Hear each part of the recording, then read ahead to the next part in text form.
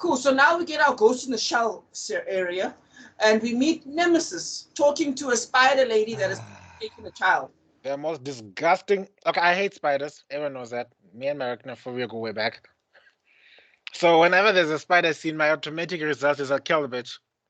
Oh, Oh no, feel No, sorry but for like that. I kill. you know what the other thing was, right, with this scene. First If off, there's anything we more than literally four get legs, like, it deserves to die.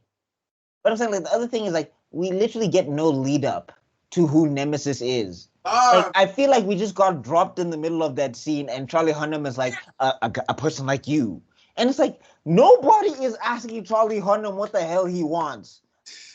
Nobody. Nobody. it's like I've got people. Don't worry, guys. I'm gonna have everyone. So anyway, so the spider lady, they talk, and there's a little motherhood scene there that kind of okay, whatever, and then they fight.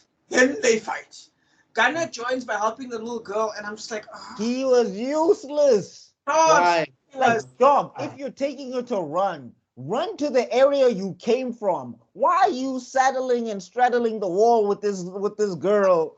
Like now you're like an enchantress from Suicide Squad. You're just here in the wall trying to do what? And then also the spider lady is inconsistent because 1 minute ago you're all stabby, kill. When you meet Gunner, now you're just like, I'm gonna snarl at you to death. What's happening? and it shouldn't have been Gunnar in the first place because remember the dialogue is all about I'm a mother and they killed all my babies. Yes. And then the Nemesis like I'm a mother too. I understand your pain. And then the main idea is they're saving a child, helping a mother. So then it should have been the mother that saves the kid, not Gunnar. Why is he here? Okay, fine. Don't make it the mother. Cora, or whatever your name is, get in there. In fact, use that big gun of yours and headshot We are not the gonna spider. stop calling you Cora, are we? We have to. It's the character's name. It's the character's name. But I'm saying, headshot the spider. You have a every time I'm gun. hearing Cora, I just see Avatar. Like, what are you doing here? Oh, yeah, just as useless.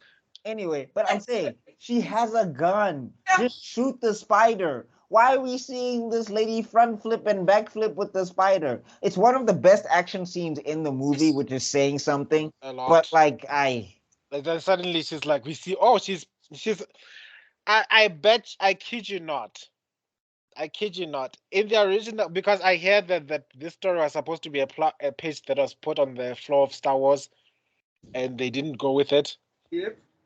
I kid you not. This character was based on Asajj Ventress. yeah, I can see that. They were supposed to be like, oh, she survived the war. She's a bounty hunter. She's now struggling with the light side of the force. She's trying to bring herself back from the darkness, blah, blah, blah. But her lightsabers are still red. Oh, are we going to trust that she's a good person now? That's another thing that irritated me. Why did you only use the lightsabers near the end of the fight? Why was that not your opening move? Because they're trying to get a build-up for us, the audience. But we didn't feel anything. I didn't feel anything. No, and also it's like one of the most slow-mo nonsense. Like there's so much nonsense slow-mo in this. Like slow motion is to emphasize something cool, right? Like I don't know how running in slow motion is cool. Like especially when you're just running through lasers. I don't know how whipping out your lightsaber laser things and then throwing them in a circle and the whole time Spider Lady who was trying to kill you, she's just watching you do this.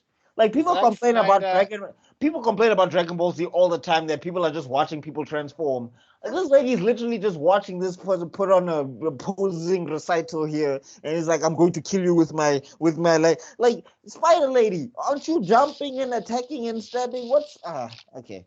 Or at least take the child and run away. But anyway, this is what happens when you overhype poor Zack Snyder because of his work in 300, and we loved all those slow motion scenes where throwing people off cliffs and stuff, and we were seeing oiled, muscular men walking around. But that looked cool at least. Yeah, what happened? We praised him, and what did he decide to do? He decided I'm doing this forever. Wait, I just want to say one thing. Remember, slow-mo is not just about being cool. It's also about emphasization. In other words, to show a specific thing. Like, for example, David Fincher will use a cut on something to show this is going to be important later on, or this is important right now. So slow-mo can do that. The other thing that is done for slow-mo, that's done nicely, believe it or not, in the first Transformer movie is coherency. We need to know what's happening in a scene. So, like, for example, with Transformers, they'll fight, and you're like, okay, there's a lot of moving parts right now. I don't know what's going on. So it'll slow-mo, and you can see what's happening. Another one is, we talked about it now, Guy Ritchie, Sherlock Holmes. When they're running in the forest, right? Yeah. Even in the fight scene, when he's thinking about each moves, like discombobulate. Exactly. And that one has dialogue to explain. And you see the bullet go in slow motion past them. It's to show you they are this close to death. It's to show you something. Zack Snyder, on the hand, when he does it, it's like, hey, dog, look at these guys smiling. Slow-mo. Look at random slow motion. Look at Superman dying in slow-mo.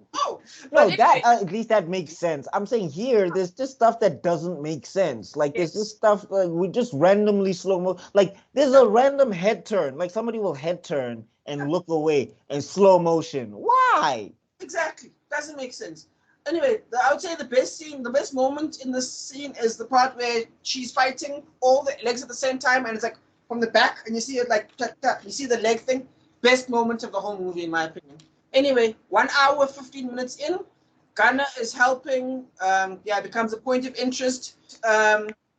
This is a subversion of the good guy bad guy thing, where a guy like him would normally be considered a bad guy. There we go.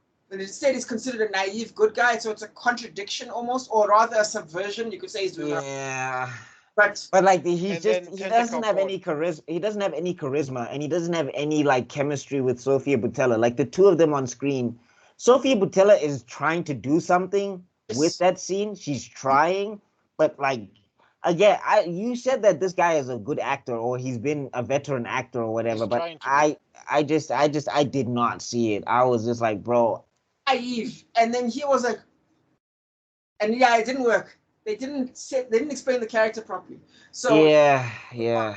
I mean, I get it. Look, they're trying to juxtapose it with the guy who's supposed to be like a church mouse or something, but like, give him something. You know, like they're trying to do the whole, and I don't know if we've put it up before. Katniss Everdeen and Peter. Yes. Because Katniss is supposed to be like the forward. I'm not so emotional, tough character because I'm a hunter, and then Peter's the stay-at-home baker. So, and that character design was deliberately meant to look like that, where you feel like Peter's the more quote-unquote feminine of the two. Yes. And now we're trying to do the same thing with this character, but we just get a naive idiot. Exactly. Yeah, and I'm saying, but he like give him. But I'm saying, like, even if you're doing that, right? Give him some charisma. Like, just give him some. Like, give him like at least make him charming. Like, if he couldn't fight, right? Let him be funny. Like, do something with this guy. There's nothing here. Like I said, there's some things about even look at Katniss and Peter. There are things about Peter that you find people found attractive. Peter was sweet. Yeah, but I'm saying, like, even if you look at like somebody like Ron Stoppable, we don't see that in this character. There's not enough of Yeah, but I'm saying even if we look at somebody like Ron Stoppable, like he was like for like 3 seasons, or let me say for like 2.5 seasons, he was never really like of great help in like the martial arts stuff. Like he was a great distraction maybe, but like he was funny. So at least there was that. He had agency as well. He was a person. Yeah. He was a person. I think that's the thing. That's the thing that's missing. That's what I wanted to add. Like he was a person. Yes. He also gets upset. He also gets frustrated. He also wants to be in the limelight. He also gets seduced by the parts of the dark side and becomes a big bulky man. And then Ron's like, let go of this thing. It's not helping you win the mission. I like you for you. Exactly. There are certain rules. Like I like to put myself in rules of characterization, right? Like, for example, you can always tell if your character is good by like following a few rules. Like, for example, what could you say to your character that would make them genuinely angry without threatening them? Do you know what I mean? Like, there are things you could say to Batman that would make him angry. There are things you could say to Superman that would make him angry without having to threaten them. Do you know what I mean? What can you say to this guy that would make him angry or happy or something? I don't know.